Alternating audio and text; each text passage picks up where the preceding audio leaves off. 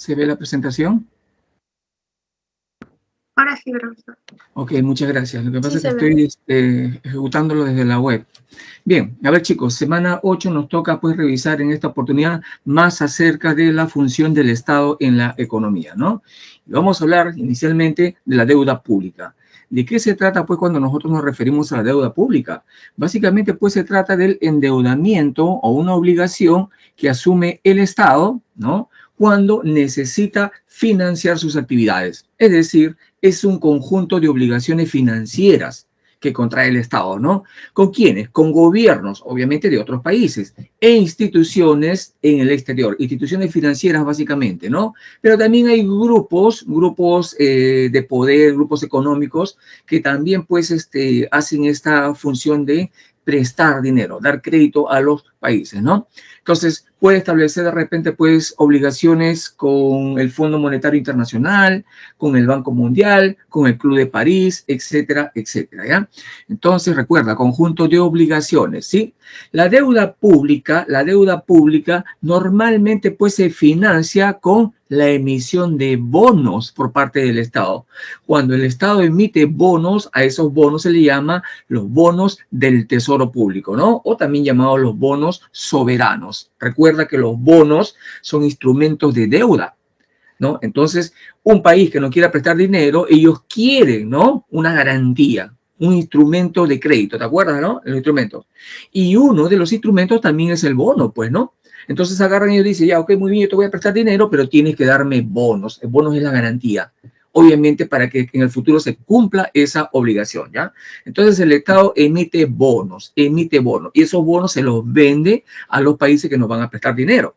Entonces el Estado tiene su dinero y ese país ya tiene la garantía de que en un tiempo determinado va a recuperar ese dinero con unos intereses que normalmente pues son bien altos en el caso de los países, ¿ya? Préstamo entre países. Entonces la deuda pública pues puede ser total cuando se refiere pues a la deuda pública interna que tenemos todos dentro del país y la deuda pública externa, la que tiene el país con el exterior. En la interna, ¿qué puedes encontrar tú, por ejemplo? Los créditos que de repente tiene el Estado o algunas instituciones del Estado, por ejemplo, con el Banco de la Nación o con la banca privada. Incluso hasta la actualidad el Estado sigue pagando por bonos de la reforma agraria. Cuando vino la reforma agraria, pues muchos seguramente nos enteramos de que se expropiaron las tierras. No, no se expropiaron las tierras, ¿no? No se expropiaron las tierras. Se les compraron las tierras, pues, a los hacendados, ¿no? Claro, una parte sí, pues, no se les pagó, ¿no? Pero, básicamente, se les compró las tierras. ¿Y cómo se les pagó? Con bonos del Estado. Y hasta la actualidad existen esos bonos. Es decir, el Estado sigue pagando ello. Sigue pagando ello. Otra deuda interna que pueda tener el Estado. Por ejemplo, cuando el Estado pues le paga a los jubilados, ¿no? También es una deuda. También es una deuda que tiene. Dentro de poco, ¿no? Sale ya lo del famoso FONAVI, ¿no? FONAVI, el Fondo Nacional de Vivienda, era para que los trabajadores tengan pues sus casas, ¿no? Hace mucho tiempo. Pero el Estado pues tomó esos fondos y lo utilizó para otras cosas. Entonces, después de tantas luchas de los trabajadores, recién va a salir pues una resolución, ya está en manos del Poder Ejecutivo, para que simplemente se empiece a pagar ese fondo que los trabajadores habían depositado de sus salarios, ¿ya? Y esa es la deuda interna, pues. Y la externa, recuerda, la que tenemos con organismos internacionales, el Club de París, como te había mencionado, ¿no? El Banco Mundial, también el Banco Interamericano de Desarrollo, en fin, hay una serie de instituciones financieras que van a estar siempre prestas a darnos dinero. Ojo, cuando hablamos de deuda externa y del préstamo que nos pueden ceder los países, ¿ya? Siempre van a estar prestos a darnos dinero, porque como vamos a ver ahora, la deuda muchas veces significa un instrumento de dominación. Es decir, otros gobiernos, otras instituciones internacionales nos van a endeudar para con ello poder controlar nuestra economía. Nos pasó a nosotros a fines de los años 80, ¿no? Con el terrible gobierno que tuvimos de Alan García, ¿no? ¿Qué pasaba ahí? Estábamos endeudados, teníamos una hiperinflación. Ya habíamos llegado al fondo de nuestra crisis, ya. Lo único que nos quedaba era salir hacia arriba, ¿no? Entonces, ¿qué es lo que tuvo que hacer el gobierno de Fujimori? Simplemente, pues, aplicar las políticas del consenso de Washington, que muchas veces, pues, no lo conocemos y que ha definido de gran manera cómo es nuestra constitución en la actualidad, la constitución que impuso Fujimori, pues, en el año 90, 93, ¿no? Entonces, estamos hablando ahí, pues, de básicamente, como no teníamos ya otra forma de salir de la crisis, teníamos que acudir a organismos internacionales que nos presten dinero, que nos financien. Pero la condición, ¿cuál era? Tienes que privatizar, tienes que reducir tu presupuesto público, tienes que dar concesiones, ¿no? Tienes que privatizar, reducir el aparato público en general. Entonces, pues ahí estamos hablando, pues, de políticas que nos han impuesto, ¿ya? Y esa es una forma de dominación, sobre todo en países pobres, en países subdesarrollados, ¿ya? Esa es la deuda pública entonces, chicos, ¿sí? A ver, cuando se habla de deuda pública, ¿no? Siempre los países, sobre todo los más pobres, caen pues en conflictos, caen en crisis. Primero se comprometen a pagar y luego no se puede pagar por diferentes motivos, ¿no? Por ejemplo, la pandemia ha hecho de que muchas naciones tengan que volver a discutir acerca de sus deudas, porque no las van a poder pagar, ¿no? Entonces ahí hay dos formas, pues, de básicamente enfrentar esa crisis, a través de la renegociación y a través de la refinanciación. Son dos conceptos diferentes, ¿no? Cuando hablamos de renegociación, estamos hablando de una operación financiera, ¿no? Cuando le solicitamos a nuestros acreedores, a quienes nos presten dinero, la modificación de los periodos de pago y de la tasa de interés, ¿no? Mira, me queda 10 años para pagar la deuda, pero no te la voy a poder pagar. Por favor, mandémoslo para 20 años. ¿Y qué te va a decir tu acreedor? Muy bien, lo hacemos, pero va a cambiar pues el plazo de pago, obviamente, y también la tasa de interés, como lo hace cualquier banco, ¿ya?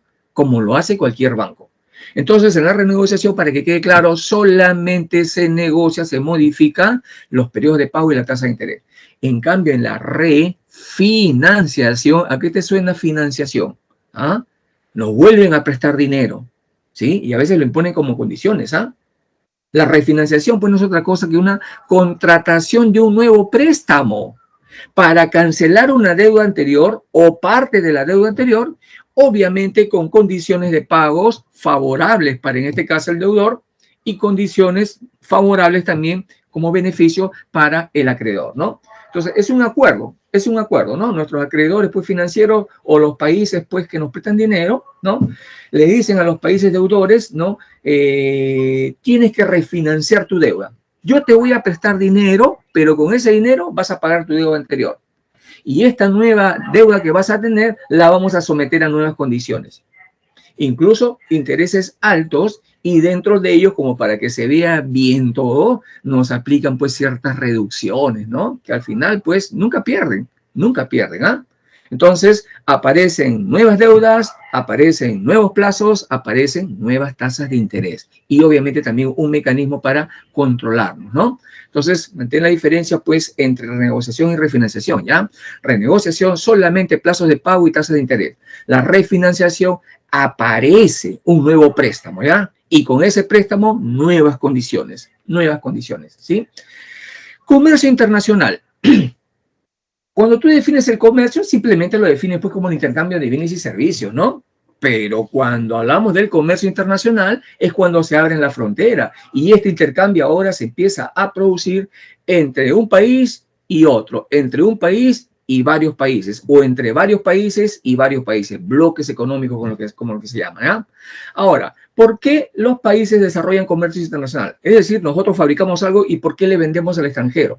U otros países fabrican algo y nos lo venden a nosotros, o nosotros le compramos. ¿Por qué desarrollamos comercio internacional?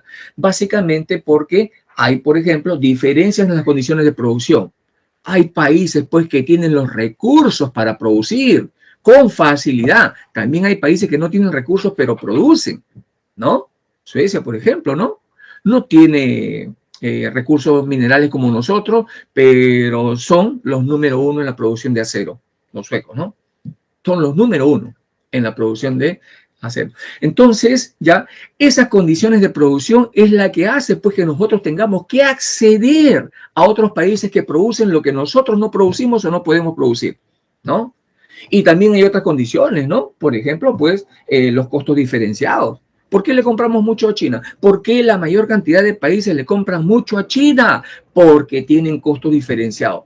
Producen en grandes cantidades con mucha mano de obra barata y eso hace pues que sus costos se reduzcan. Entonces ellos tienen costos diferenciados, ¿no? Se diferencian de los otros países. Hay países pues que tampoco se autoabastecen, ¿no? Por ejemplo, nosotros hace mucho tiempo, años 60, 70, ¿no? Teníamos una gran producción de ganado, carne de res, pero sin embargo eso fue haciéndose más pequeño cada vez, ¿no? ¿Y quiénes nos tomaron la delantera? Los argentinos y los uruguayos. Uruguay, que tiene una extensión, pues, que parece Arequipa nada más, ¿no? Fíjate que produce más carne de res que nosotros. Entonces, como nosotros no producimos la suficiente cantidad de carne de res, ¿qué hacemos? Tenemos que importar también. Importamos carne de res de Argentina, de Uruguay, ¿ya? Diferencias de gustos y preferencias. Diferencia de gustos y preferencias. Fíjate, pues, nosotros cuántas cosas compramos, por ejemplo, que aparecen como moda en otros países. ¿Cuántas cosas? ¿No? Entonces, obviamente, pues, surge algo que tiene muy buena publicidad, surge algo de repente, pues, que se torna en moda, se torna en tendencia en algún lugar del mundo y de inmediato nosotros lo empezamos a consumir, ¿no? Lo empezamos a consumir, ¿sí? Por ejemplo, antes no consumíamos comida mexicana, aunque pocas todavía, pero ya hay cadenas de servicios de comida mexicana, ¿no? La china, pues sí la tenemos hace mucho tiempo, ¿no? Las pizzas, por ejemplo, ¿no? Los ravioles, por ejemplo. Esas son partes, pues, de cosas que nosotros hemos ido asimilando, ¿no? Y lo digo que le compramos al exterior porque cuando tú te vas a comer una pizza, por ejemplo, en Pizza Hut, lo que está sucediendo en el fondo es pagarle una franquicia a una marca del extranjero, ¿ya? Pagarle una franquicia, ¿sí? Otra causa del comercio internacional, exceso o déficit productivo, ¿no? Puede haber un exceso o un superávit de producción en otros países. Entonces, ellos para no perder se van a ver obligados a venderle a otros países. Pero también puede haber déficit productivo, ¿no? En nuestras naciones, por ejemplo. No podemos producir las suficientes cantidades de algún producto y tenemos que comprarle a otros países, ¿no? Tú sabías que nosotros tenemos muy buena tierra, muy buenos climas para sembrar y cosechar arroz, pero importamos un montón de arroz del extranjero. Lo mismo con la soya, lo mismo con el maíz para alimentar a las aves. Depender de lo que puede abastecer otros países, a nosotros nos pone en riesgo. ¿Qué pasaría si mañana, pues, hay de repente algún fenómeno ambiental y produce, pues, que el maíz empieza a escasear, ¿no? Y como nosotros dependemos del extranjero, ¿qué va a pasar? Acaba de escasear el maíz, va a subir el precio del pollo y también del maíz, obviamente. ¿Y qué va a pasar? Simplemente se va a hacer más ineficiente, pues, nuestro salario, ¿no? Vamos a poder comprar menos, ¿sí? Entonces, algunos de los motivos por los cuales desarrollamos, pues, comercio internacional, ¿sí?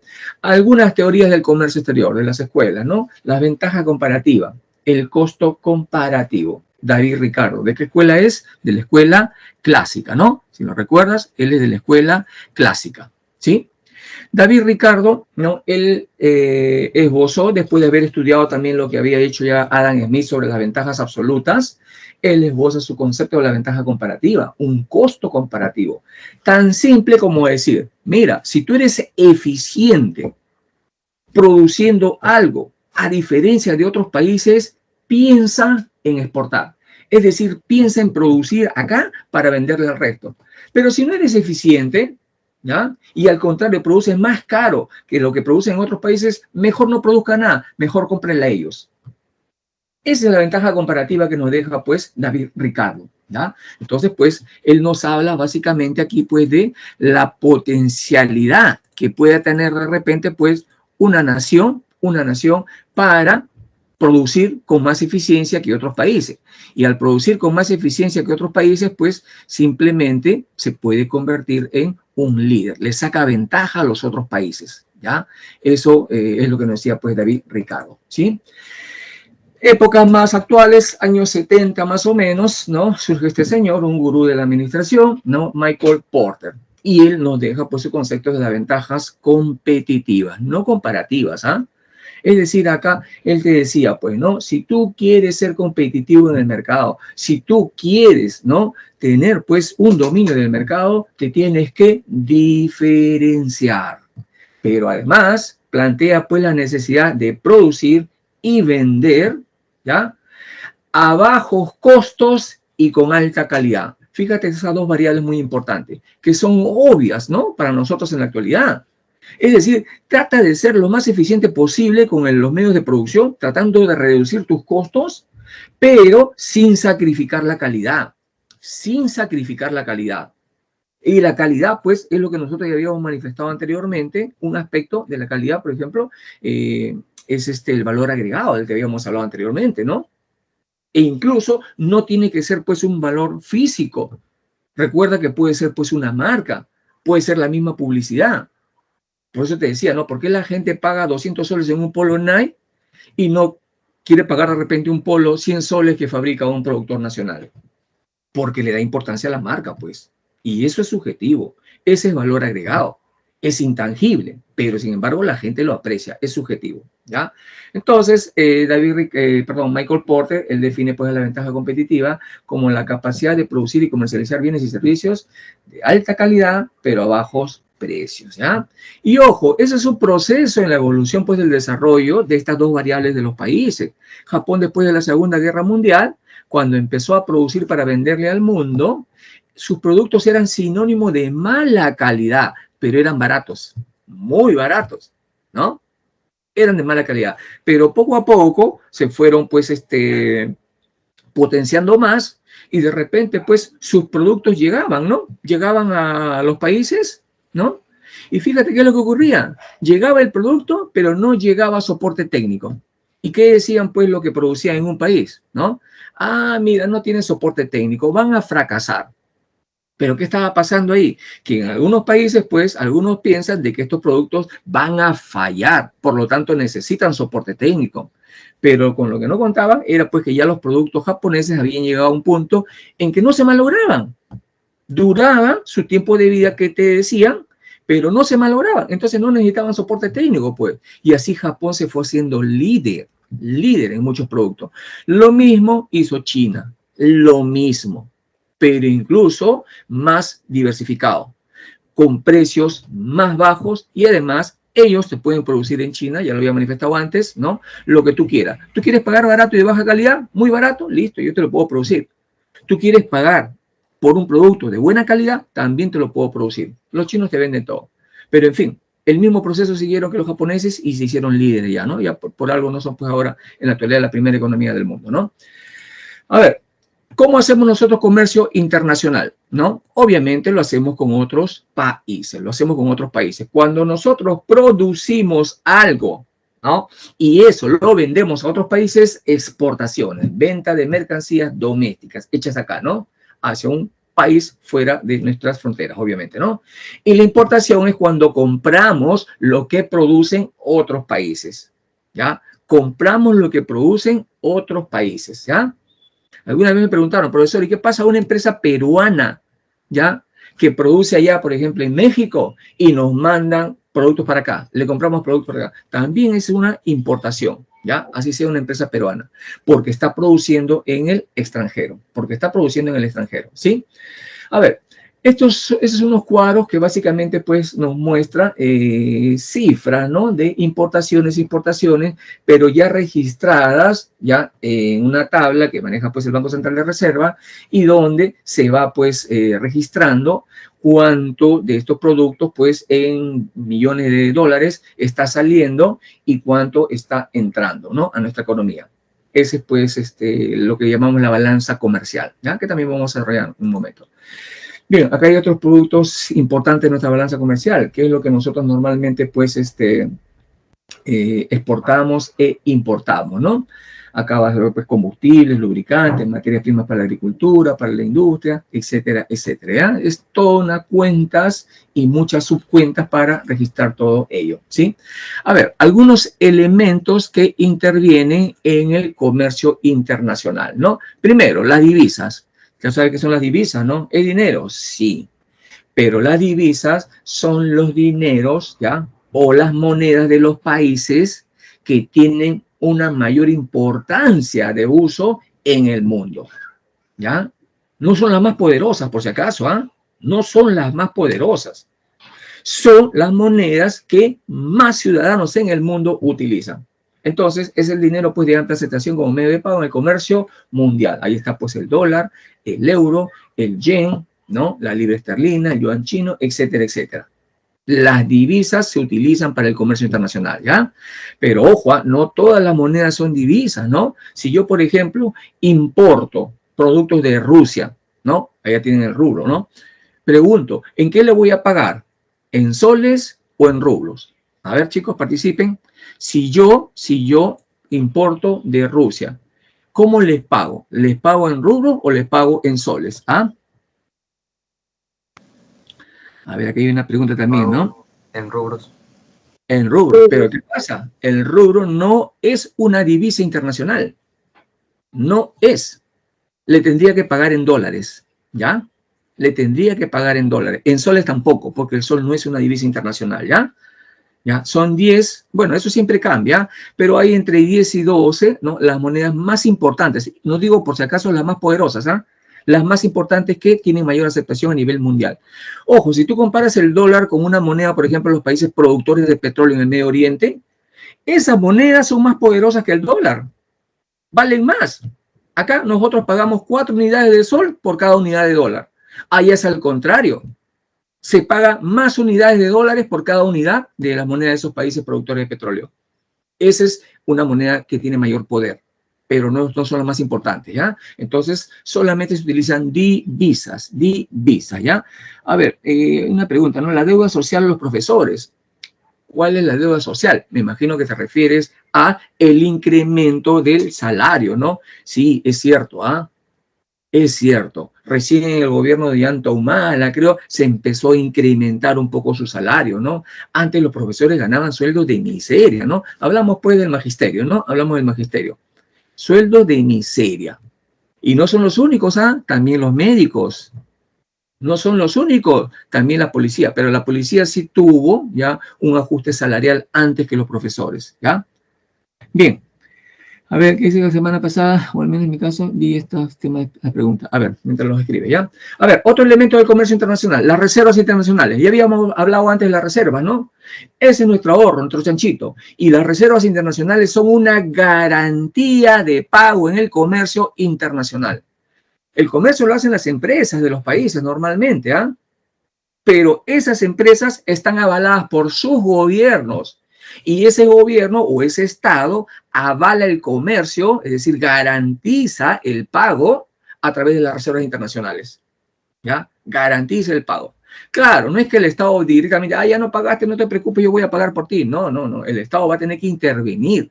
Va a tener que intervenir, pero la última garantía, si eso no se paga, es pues que el Estado lo tenga que asumir, ¿ya? Entonces, en las reservas internacionales ya habíamos comentado que tenemos oro, tenemos plata, tenemos divisa, tenemos derechos especiales de giro, ¿no? Y hablando de ello, pues también otro elemento del comercio internacional es el derecho especial, o también llamado el derecho internacional de giro, ¿ya?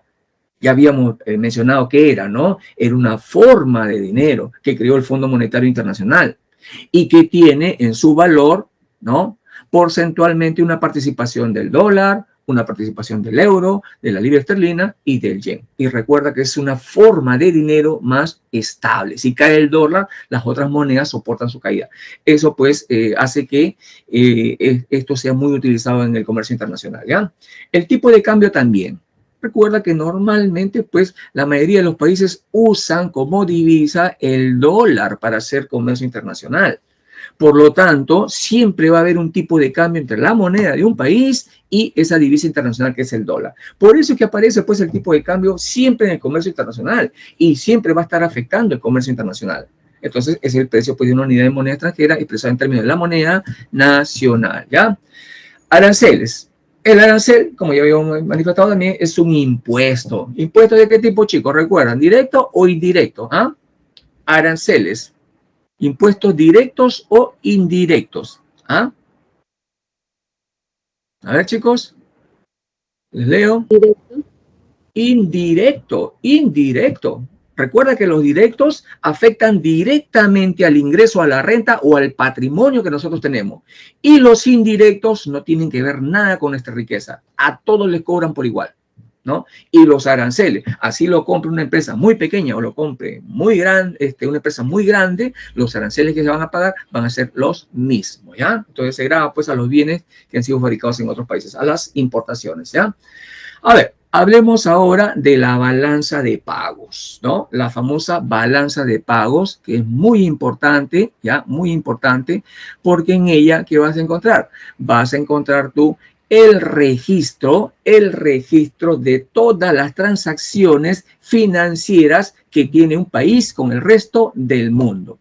Ojo, los países no solo mantienen relaciones comerciales, flujo de comercio exterior para intercambiar bienes y servicios. Además, realizan otras transacciones económicas y financieras. Por ejemplo, mueven capitales, ¿no? Entonces, en la balanza de pagos, lo que se va a tener es simplemente un registro sistemático, contable, como indicadores macroeconómicos, de todas las transacciones económicas de bienes, servicios, rentas, oro, capitales, transferencias entre una economía y el resto del mundo.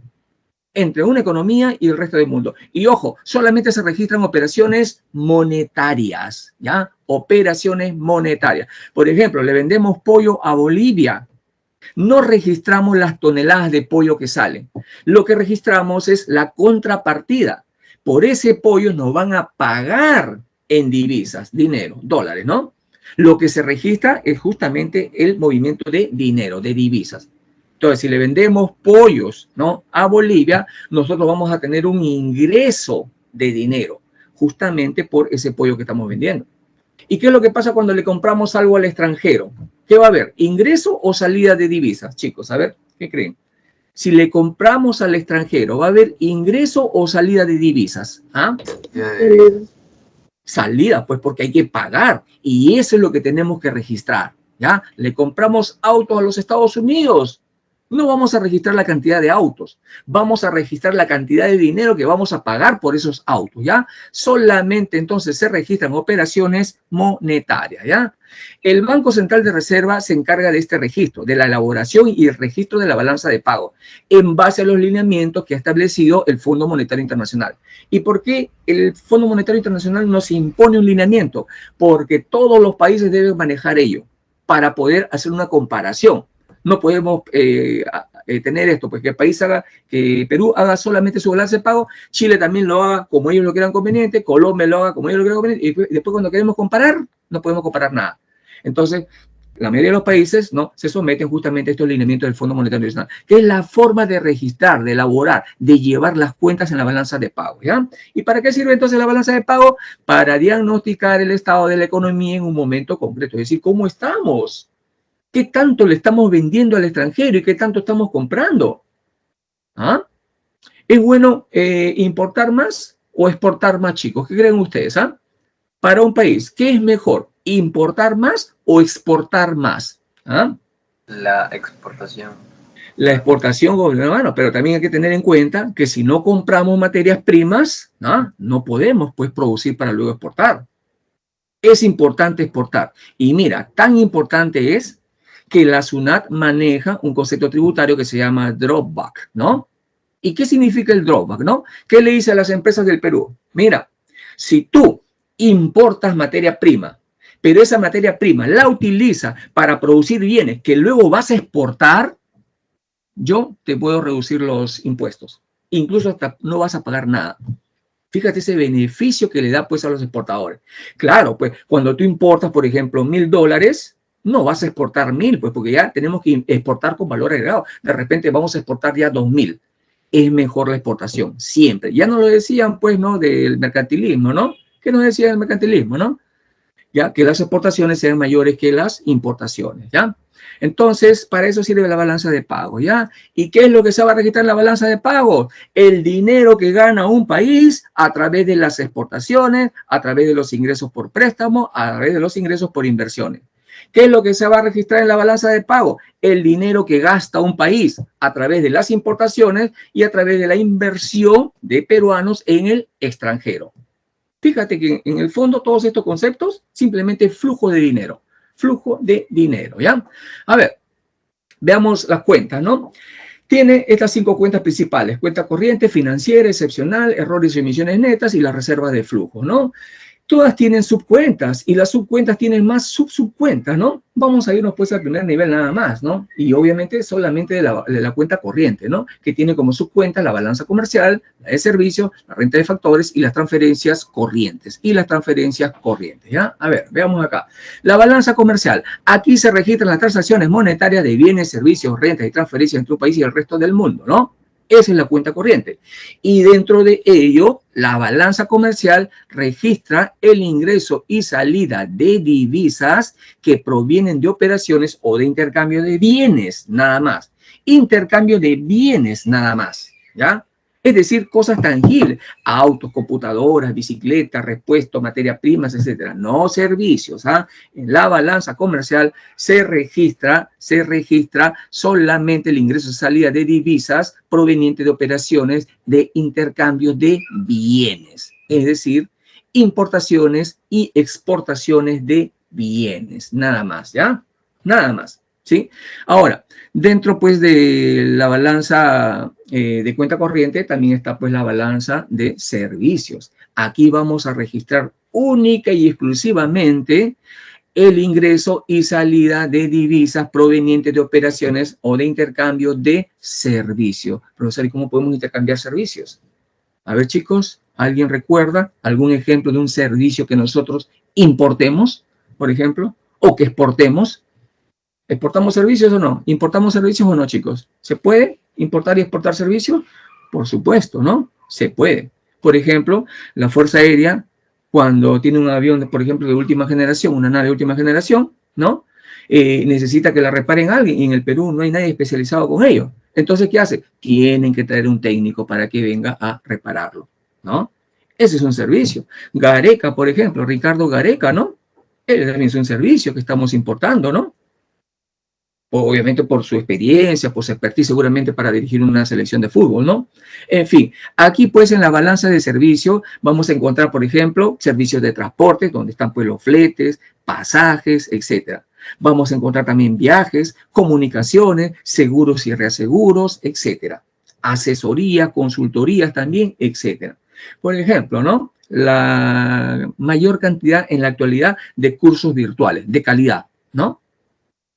Provienen pues de universidades de Europa y de Estados Unidos, ¿no? Ya tú sabes que puedes estudiar de repente una maestría, ¿no? O una especialización en el MIT o no. Claro que sí, podemos, pero hay que postular, hay que ingresar y obviamente pues también hay que pagar, ¿no? Y ese es un servicio, ¿ya? Es un servicio, ¿sí?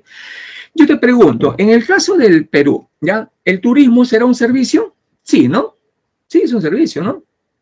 Y pregunto yo, ¿el turismo generará más ingresos o salida de divisas en el Perú? ¿Ah?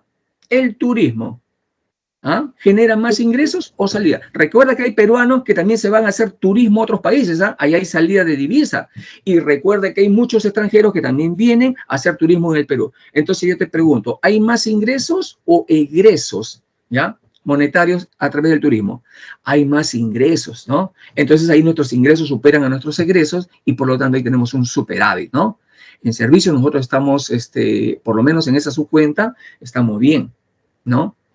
Pero no se trata aquí, pues, básicamente de vender más. Sí, hay que vender más, pero hay que buscar también un equilibrio. Vamos a verlo.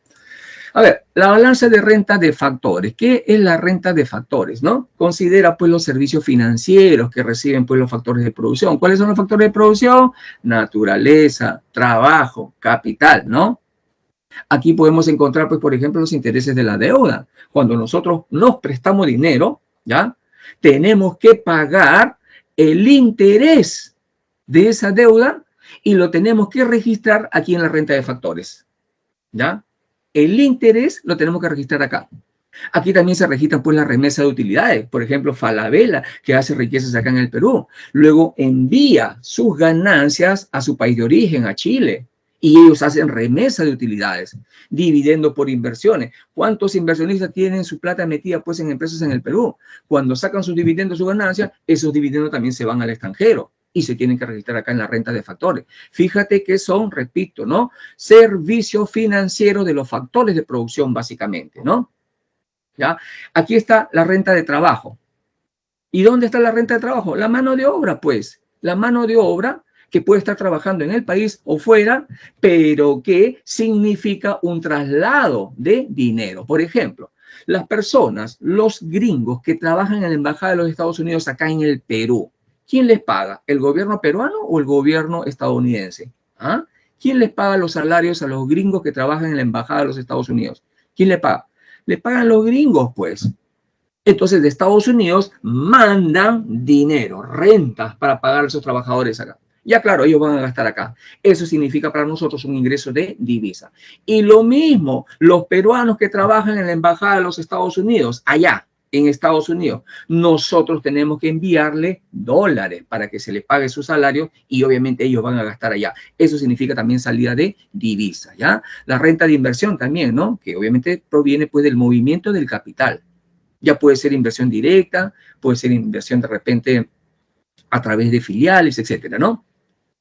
Dentro pues también de la cuenta corriente están las transferencias corrientes, ¿no? Aquí se registran los ingresos y pagos procedentes de transferencias unilaterales. Transferencias unilaterales que no tienen contrapartida. Por ejemplo, cuando fenómenos ambientales nos afectan, fenómeno del Niño, por ejemplo, ¿no? Muchas familias damnificadas. O cuando hay un terremoto en otro país, miles de personas o familias damnificadas. ¿Qué es lo que hacen los otros países? Les donan dinero para ayudarlos, ¿no? Fíjate, ese dinero que viene como donación, que viene como regalo, no tiene una contrapartida. Cuando yo compro autos, la contrapartida es el dinero que se va. Pero en este caso entra dinero como donación y yo no tengo que devolver nada como país. Esas son transferencias corrientes, ¿ya? Las donaciones, por ejemplo. Las remesas de los migrantes también. ¿Cuántos venezolanos, colombianos están trabajando en el Perú? ¿Y qué es lo que hacen ellos? Envían los dólares a sus países de origen. También son remesas. Ese dinero no se va a devolver, no se está vendiendo nada. Y son consideradas, pues, transferencias corrientes, ¿ya? Son consideradas transferencias corrientes, ¿sí? A ver, vamos ahora a la balanza de cuenta financiera. Aquí se registra el ingreso y salida de las divisas destinadas a inversiones productivas, de largo plazo sobre todo, pero también inversiones especulativas, ¿ah? ¿Qué son las inversiones especulativas? Esas inversiones, pues, que vienen y se van rápidamente. Las famosas, pues, inversiones golondrinas también le llaman, ¿no? Hay personas que vienen, por ejemplo, invierten en la bolsa de valores, transan simplemente un mes, 2 meses, ganan su dinero y plum, se van. Se van con la misma. Esas son inversiones especulativas. No son de largo plazo, no permanecen mucho tiempo acá. Son los movimientos de capital por sí mismos, pues, ¿no? Y esos movimientos de capital pueden provenir del sector privado como del sector público, ¿ya? Tú sabías que el sector público, ¿no? También invierte en otros países, ¿no? Invierte en otros países, ¿ya? Por ejemplo, Chile tiene una empresa que maneja pues el cobre y es una empresa nacional de ellos, ¿no? Y esa empresa nacional está invirtiendo acá en el Perú.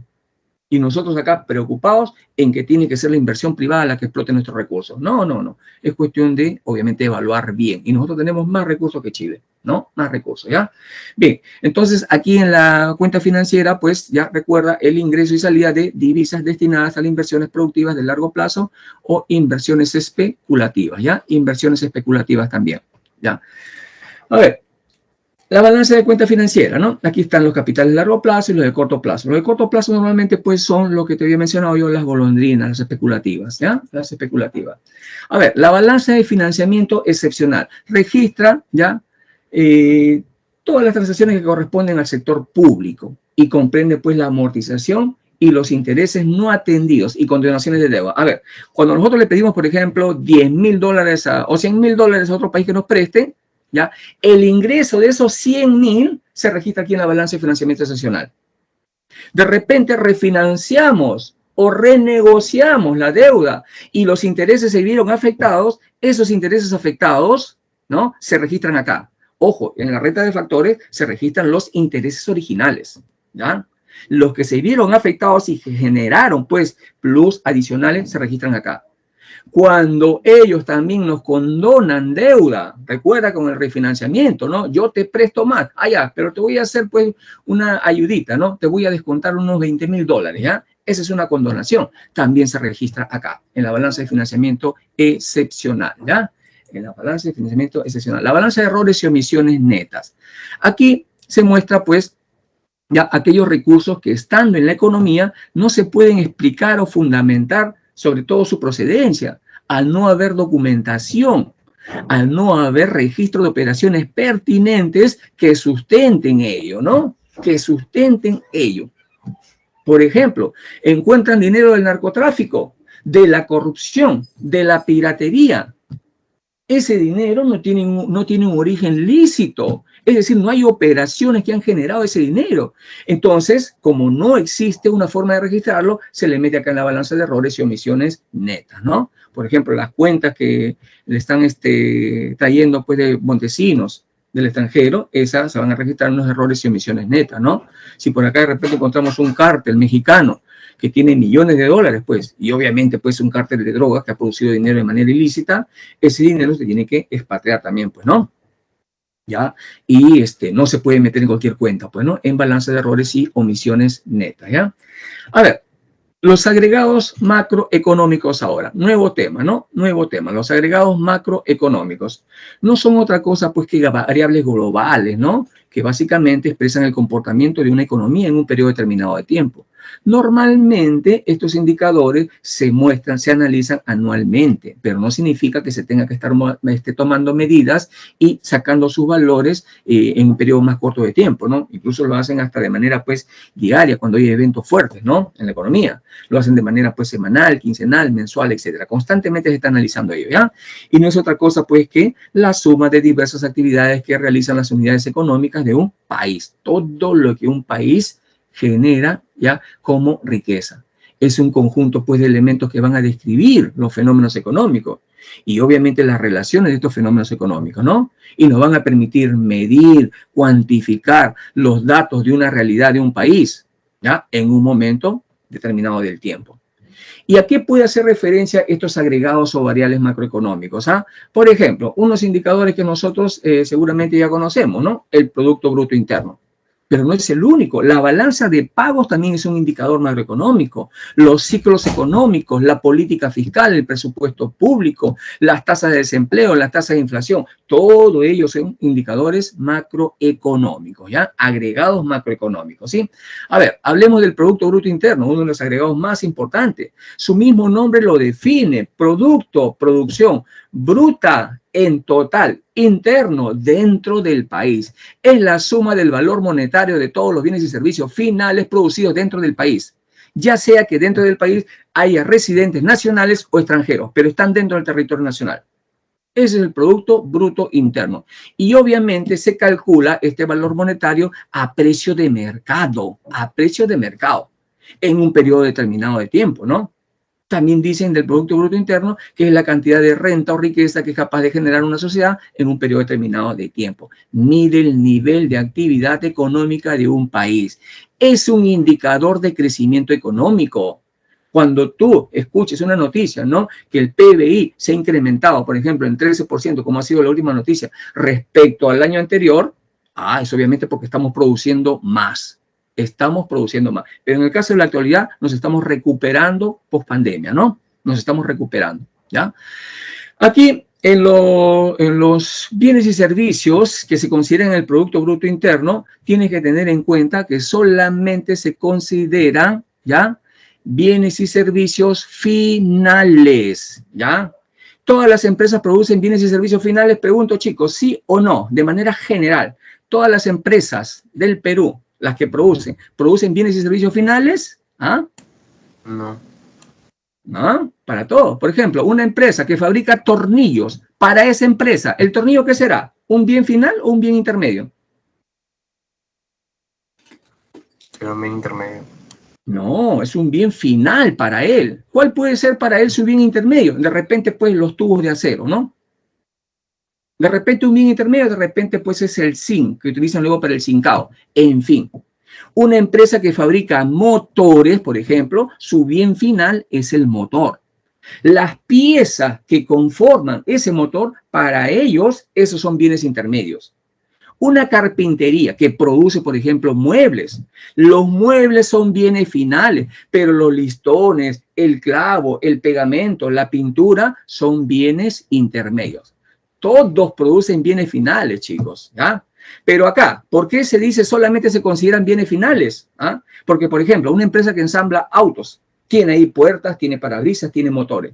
Llega a fin de año, tiene que cerrar su periodo y solamente tiene que considerar en su producción los autos terminados nada más. Los autos terminados nada más. Oye, me quedaron 2 motores, me quedaron 3 puertas. No, no, eso no lo consideras porque esos son insumos para ti. Pero si nos vamos a la empresa que fabrica motores, ¿no? Y ellos han producido pues 20, 50, 100, 1000 motores.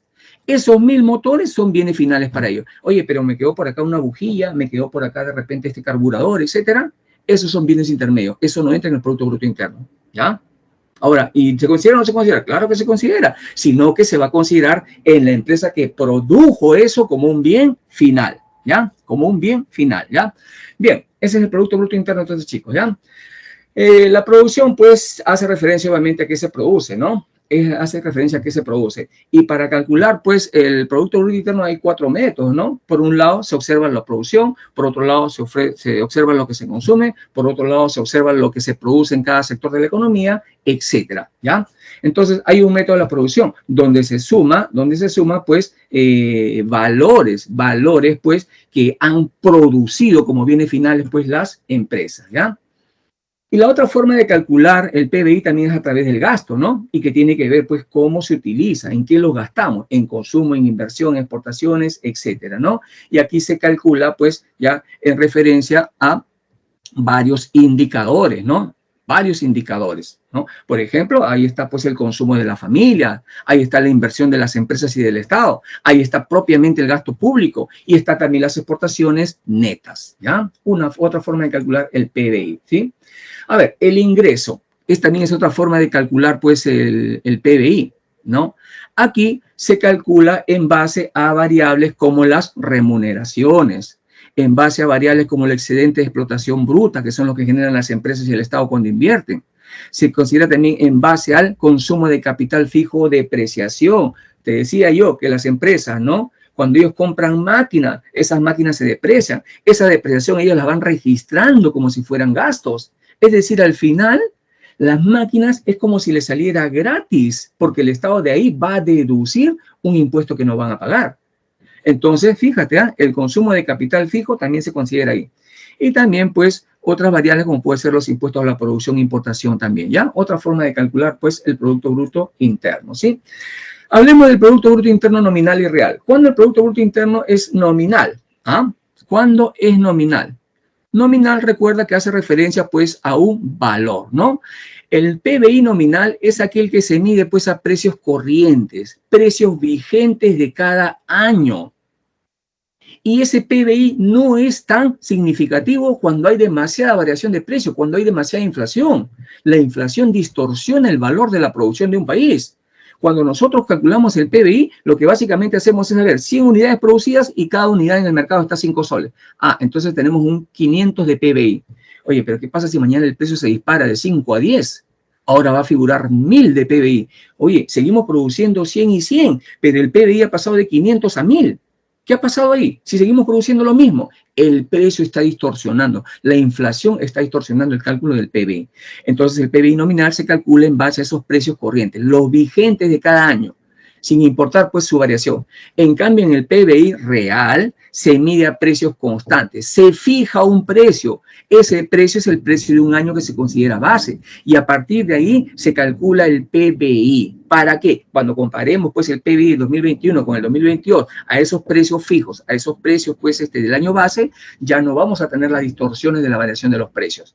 Y este es un PBI, el PBI real, el que más se utiliza, pues, ¿no? Es el que más se utiliza, ¿ya?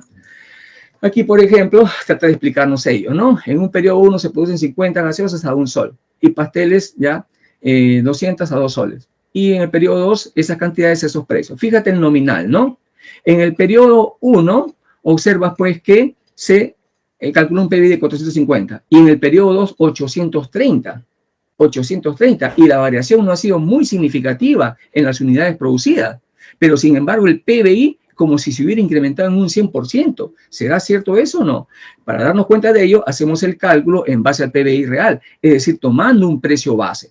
A ver, de repente consideramos pues el precio base ya el del periodo 1 y calculamos pues ese PBI en base a esos precios. Y ahora fíjate, en el periodo 1, 450 y en el periodo 2, 530.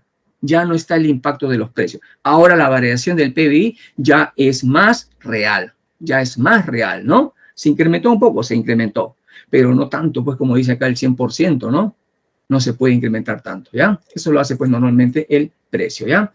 El Producto Nacional Bruto. ¿A qué hace referencia el Producto Nacional Bruto? Es la suma de valores monetarios de bienes y servicios finales a precios de mercado producidos, ¿no? ¿Ya? Por los factores de producción nacionales, residentes y no residentes, obviamente, fuera del país. Es decir, solamente lo que producen los nacionales nada más. Entonces, si vamos a considerar los nacionales, tenemos que quitarle lo que producen los extranjeros en el país y sumarle lo que producen los nacionales fuera del país, ¿no? Por eso es que al Producto Nacional Bruto simplemente se le calcula en base al Producto Bruto Interno menos el saldo neto de los factores con el exterior, ¿ya? Más, obviamente, el saldo neto también de los factores con el exterior. Este menos, obviamente, hace referencia a lo que producen los extranjeros en el país y no lo tenemos que considerar. Y el valor positivo se considera lo que producen los nacionales fuera del país, ¿ya? Fuera del país. A ver, aquí está pues el saldo neto de los factores con el exterior, ¿no? Aquí está. Diferencia entre los pagos de los factores productivos, ¿no? Propiedad de residentes nacionales en el exterior y así como los ingresos de factores productivos, propiedad de los extranjeros que producen dentro del país, ¿ya? Ciclos económicos ahora. Ciclos económicos son muy importantes, ¿ya? Hacen referencia a fluctuaciones o cambios en la actividad económica y esos cambios se ven a través de incrementos o descensos principalmente de la producción, ¿no? Fluctuaciones entonces en la actividad económica global de un país, ¿ya? Y se manifiestan durante un periodo determinado de tiempo, ¿sí? Estas fluctuaciones se van a mostrar como expansiones, crece la economía, o se van a mostrar como contracciones, decae la economía, decae principalmente la producción. Por eso es que en el gráfico te está mostrando pues el Producto Bruto Interno, cómo se mueve a lo largo del tiempo. Cómo se mueve a lo largo del tiempo. Entonces, fíjate, llegamos de repente en un periodo determinado, estamos produciendo de manera regular, viene una crisis, baja la producción. Pero luego reflotamos nuevamente, hay una expansión, ¿no? Crece la producción. Y como tenemos siempre capacidad limitada para producir, vamos a llegar a un tope. Luego nuevamente viene pues una caída en la producción, una recesión hasta que lleguemos pues a una crisis, ¿no? Y nuevamente viene la recuperación. Estos comportamientos se van a repetir con mucha frecuencia, ¿no? Se van a repetir con mucha frecuencia. En la cima, por ejemplo, ¿ya? Aquí la mayoría de las empresas están produciendo, están generando renta, las familias también tienen renta, pero también hay inflación, ¿no? Luego cuando empieza a caer la producción, ¿no? Las fuerzas pues que producen dejan de producir y las rentas empiezan a decaer, los ingresos, el consumo, las inversiones también empiezan a caer, ¿no?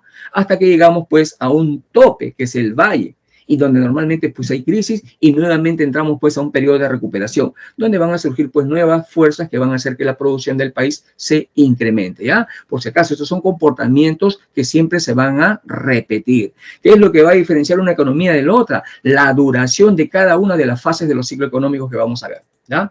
A ver, en la expansión y recuperación ya se caracteriza pues por la expansión de la producción. Hay mayor demanda de bienes y servicios y de empleo. Crece la producción, desciende pues el desempleo, ¿no? La renta aumenta, las expectativas son favorables, el consumo se incrementa junto con la inversión y la capacidad productiva, pero también hay inflación, recuerda, ¿ya? También hay inflación. Cima o auge, ¿no? Es la parte más alta del ciclo económico. Llegamos a nuestro tope de producción. Es básicamente el momento que estamos produciendo mucho, ¿ya? Aquí la recuperación es general en todos los sectores de la economía, ¿no? Hay empleo, no existen recursos ociosos, entre comillas, ¿no? Se encarece la mano de obra, las materias primas también, ¿no? Eso es lo que genera, pues, también más inflación, ¿ya? La recesión ya es una fase, pues, que se caracteriza por la caída de la producción, se contrae la producción del país, ¿no? Y también como se contrae la producción, hay menos mano de obra empleada, por lo tanto también hay menos ingresos y también hay menos consumo y entramos en una crisis, ¿no? Una inestabilidad, hay recesión constante, sigue cayendo la producción constantemente, se frena la inversión y muchas empresas o dejan de invertir o simplemente quiebran, ¿no? Obviamente, para no quebrar, lo primero que van a hacer es dejar de invertir, ¿no? Aquí los salarios se van a mantener durante un tiempo determinado estables, pero luego van a empezar a caer, El desempleo va a crecer y vamos a llegar a un final de la recesión donde vamos a estar obviamente en una crisis y tiene que empezar pues también una recuperación, ¿no? Esta es la crisis, el fondo de presión, el punto más bajo en el que puede encontrarse una economía respecto a su producción, y producción que afecta al empleo, producción que afecta al ingreso, producción que afecta al consumo, ¿no? Entonces, ese es el punto inferior. Y aquí hay un fuerte desempleo, hay incapacidad de consumo, se reducen los créditos, se hace caro el crédito, ¿no? Bajan los salarios y también se ve afectada la demanda, ¿ya? El crecimiento económico. El crecimiento económico hace referencia al incremento de la producción. ¿No? Aumento del nivel de producción de bienes y servicios de una economía en un periodo determinado de tiempo. Y se mide por la variación porcentual del Producto Bruto Interno. Entonces, crece la producción, hay crecimiento económico y eso genera más riqueza. Si hay más riqueza y se puede distribuir, ojo, distribuir y redistribuir mejor, podemos tener desarrollo económico. Cuando hablamos de desarrollo económico, estamos hablando de un proceso por el cual una economía ya logra modernizar pues, su estructura productiva, luego de aplicar reformas importantes, ¿ya? Aquí mejora el bienestar de la población, ya la gente gana más dinero, la gente se educa más, la gente mantiene, una mejor salud también, ¿ya? Entonces, algunos signos del desarrollo es una elevada calidad de vida, una distribución de la renta relativamente igualitaria, un crecimiento económico sostenible, etcétera, ¿ya? Ese es el desarrollo económico en todo. Indicadores de desarrollo económico, el PBI per cápita. Se calcula simplemente como el Producto Bruto Interno entre la población de un país. Es decir, saca en promedio pues, lo que cada ciudadano produce, entre comillas, Y tampoco es un indicador preciso, pues, ¿no? Porque recuerda que en una economía real hay personas que ganan mucho dinero y hay personas que ganan muy poco dinero, ¿ya? El índice de desarrollo humano de las Naciones Unidas es un indicador más próximo a lo que sí ocurre en la realidad, ¿no? Aquí se miden tres factores importantes: la esperanza de vida al nacer y obviamente también al morir. Nosotros en los años 60, 70, ¿cuál es nuestro promedio de vida? 60 años, 55 años. Ahora estamos en 75, 80 años. Y que también significa un problema para la economía. No significa pues que tenemos que morirnos más antes, ¿no? Sino generar más riqueza para poder mantener bien a nuestra población, ¿no? Otra variable dentro del índice de desarrollo humano, tasas de alfabetización para adultos, ¿no? Cuando nosotros observamos que una economía, pues las familias ya tienen mayor educación de calidad, entonces estamos viendo que las tasas de alfabetización también aumentan. No solamente, pues, deberíamos apuntar a dar educación primaria, gratuita y obligatoria, ¿no? Sino también, pues, secundaria e incluso hasta superior, ¿ya? Y el PBI per cápita también, pues, junto con la esperanza de vida y las tasas de alfabetización, miden también, pues, este índice de desarrollo humano. Según las Naciones Unidas, este índice ya es el que mide mejor si hay desarrollo económico. Y fíjate que a la larga, a la postre, lo que traducen estas tres variables que son bienestar general, ¿ya? Bienestar general, ¿ya? Bien, ahí nos estamos quedando, chicos, entonces. Muchas gracias por su tiempo. Nos vemos la próxima semana. Cuídense, ¿eh?